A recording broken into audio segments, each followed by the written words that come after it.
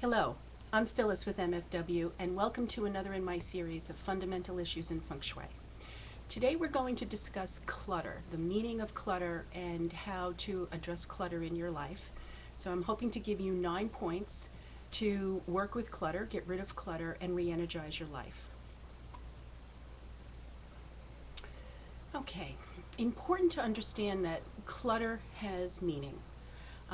Clutter of any kind creates obstacles. It can be extremely distracting to the supportive energy in any environment, and it detracts from your ability to get things done. So if you have a lot of clutter in your office space, you can imagine getting through whatever's on your to-do list for that particular day, or getting things in place for projects that have very solid deadlines can be quite challenging. If you are in your living space, the clutter again can drain you. And remember, when you're home, you want to be fully present not only for yourself but for your family, and for relaxation and being able to enjoy your home. And if you have a tremendous amount of clutter around you, you really can't move to that point in your life.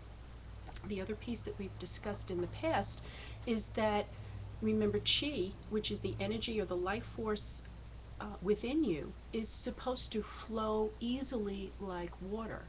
That's practically impossible when there is a tremendous amount of clutter, or even a nominal amount of clutter.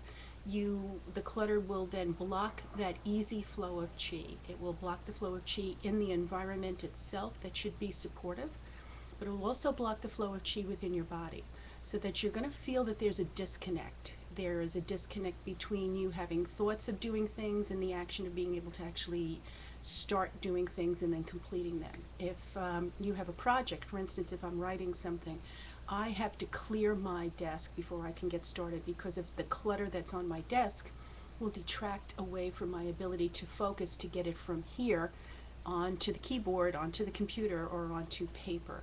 So you can see that it is disruptive, it is blocking. It tends to, what I call, stir up or scatter the chi, so that it will not flow the way it's supposed to readily and easily through your life. It can create, meaning clutter, can create a sense of being stuck. So if you find yourself procrastinating over something, check out the clutter in that particular space. It also may be attributed to the area where the clutter is in correlation to the area of your space and what area of your life that space represents. So if the clutter is in your relationships, you're going to have a little trouble with your relationships. If the clutter is in helpful people, you're not going to get as much help. You know, the universe doesn't have the ability to send those angels to give you a hand when you need them, because there's too many blockages in that space. Or angels present themselves and you can't see them because clutter gives you a blind spot. Okay. Okay, so we all have stuff. We can agree on that. It's not the stuff that you have in your life, although again, stuff can be a block. And it certainly can give you a blind spot, so important to understand that. You know, you'll look at something and not see it, someone else will look at it and say, what's up with that? And, you know, it has to be brought to your attention, because alone you just, the clutter blocks you from really seeing something clearly.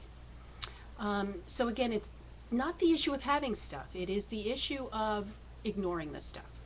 So real important that you use feng shui. It is a wonderful method, tool, model, if you will, from being able to work with the stuff and address it so that you can recreate a supportive environment. I'm not going to tell you that cleaning a drawer or hanging a wind chime or putting a fountain in a room is going to do something magical. What I am saying is that when you put action to a thought, you are already moving chi in a positive direction. So just by watching this video addressing clutter, we'll get the process started, albeit slowly, but started nonetheless. So important to keep that positive movement going. Again, keeping in mind that it is the choice to act, not necessarily the crystal or the wind chime, that will give you the outcome that you're looking for. Okay, so I'm often asked, if I make this adjustment, will my life settle down? And it's important to understand that the only thing you can count on is that life is ever changing. We live in a reality of impermanence, and we need to embrace that. What Feng Shui does is create a supportive environment internally, meaning inside your body, and externally in your environment to support you as the inevitable change happens as you live your life. So I like to think of Feng Shui as perpetual. You know, we do a few adjustments now. 6 months later we may have to do some more adjustments because you have to rework that environment to support you wherever you are on your path at that given moment. Okay, so please, please, please do not go out and purchase all these storage bins to pack away the clutter and store it. We're not looking to store clutter, we're looking to move it along. You want to be able to thank it for how it has served you to this point and then let it go. It is the letting go that allows you to create space for new, refreshed, supportive chi to enter into your life. Okay? So, we said that Feng Shui is a balance between seen and unseen. The active cleaning and decluttering is the seen, and then there is the transcendental unseen piece to Feng Shui, which is the intention that you put on that action. So I like to use something very simple. When I start a project or I'm going to start to purge or take care of clutter, I like to use the phrase out with the old, in with the new. It's a heartfelt phrase. It really connects your feelings and your intentions to the actions that you're doing, and it complements pardon me, the unseen piece of Feng Shui, which is that transcendental piece. It's not an incantation. It's simply just trying to give you the balance of the two, seen and unseen, so that you can get the best energetic punch for your actions. So you really want to have an intention in mind, and if you can't use out with the old and in with the new, elevate everything you do to the highest good. Okay, 9 things. Tackle selected rooms and closets and drawers first. Okay, go slow. Important to go slow. You don't want to get in there and shuffle up the chi and then, you know, kind of have it hanging out all over the place. You will get sick. So you need to have a plan. It needs to be a simple, very doable, outcome-oriented plan. You're going to identify 9 areas.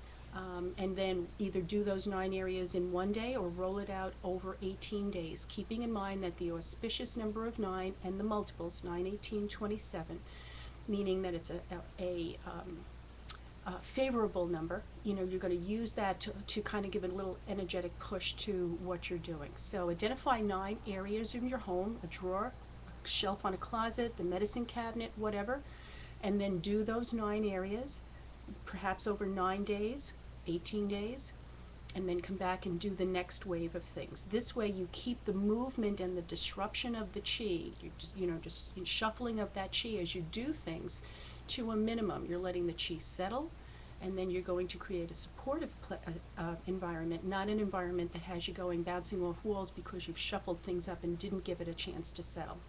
Important if you're doing your office that you do it at the end of your work week, so that if you work Monday through Friday, do these things on Friday, let the chi settle over the weekend. When you come back in, you will have a nice supportive environment. Do not do these things on a Monday. You're going to just absolutely sabotage the rest of your week. Okay, now you're going to take a look at things to throw out, things to move back to their owner, things to keep, things that need to live in another room in your house, but for whatever reason they've been stuck there, things to be fixed. If they can't be fixed, out they go, and then things to give to charity. So don't be afraid to either donate something, throw it out, or repurpose a gift. Remember, energy cannot be destroyed, it's only mutated and changed, so no holding back and not going forward because you're going to feel remorseful about throwing something out. There's nothing, no need to feel guilty about this, okay? When you clean the space, you wipe down, you clean that, take everything off a shelf or out of a drawer, you're going to wipe that down. I'd like you to use a citrus product because citrus has a particularly fine energetic quality to it to clean energy.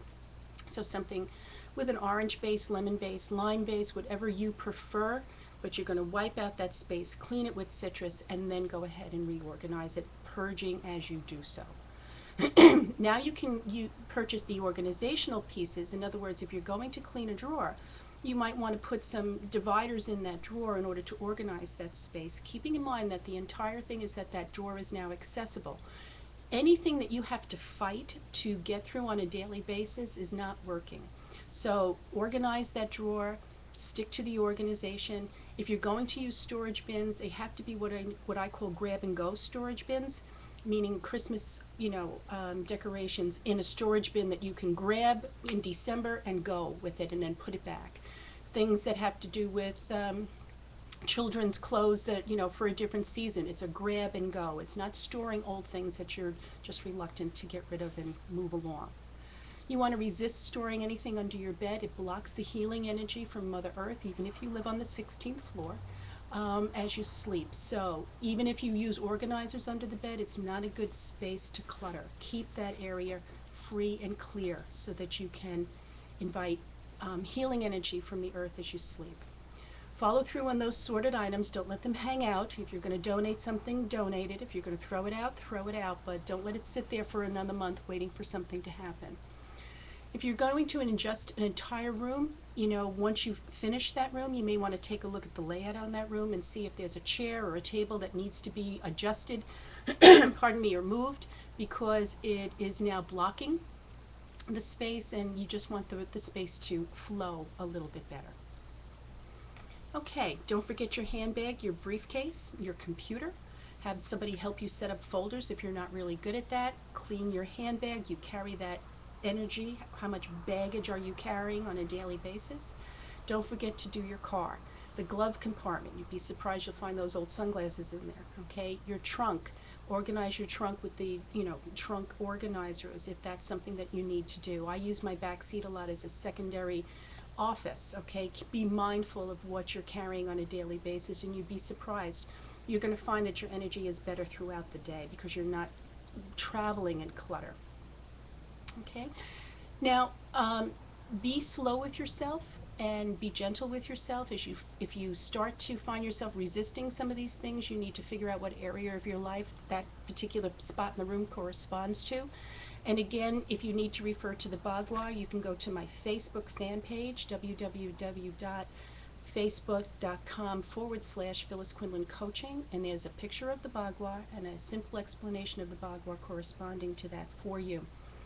But go slow. You may find yourself realizing that, oh my God, I've never taken some of the clothing out from, a past relationship. Either that relationship is broken up or maybe even passed away, and it's time to move that energy. That can be very, very delicate, serious stuff. So you need to be gentle with yourself as you go along and supportive. Show yourself the same loving kindness that you would show a friend.